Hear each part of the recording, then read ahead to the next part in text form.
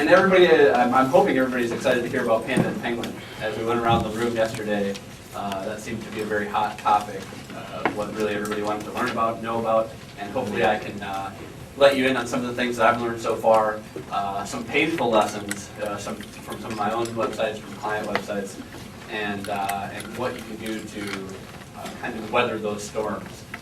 So if you've watched the weather here locally, and the weather in Miami, there's been some pretty big storms on the horizon. We had a tropical storm Isaac, which turned into Hurricane Isaac, and the typhoon here as well. And so we were watching the weather closely, and that's kind of what we do as SEO people.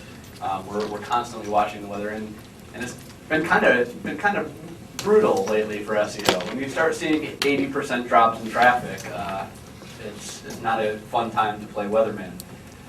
So we're getting weather reports, but it's also the first time we're getting reports directly from Google saying this is the changes we're making, and this is what we're doing.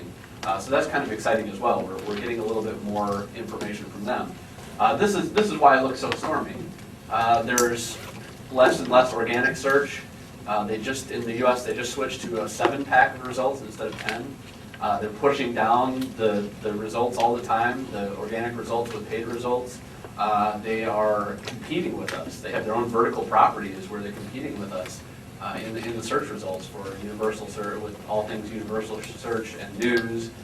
So we're going to look at some of the weather reports that Google has provided, where you can see those, and talk a little bit first about understanding the difference between penalties, filters, and bannings, because there's sometimes confusion over what these are and how you're affected by these different updates. And then the techniques to fix and remedy these changes and problems that you incur from these given updates.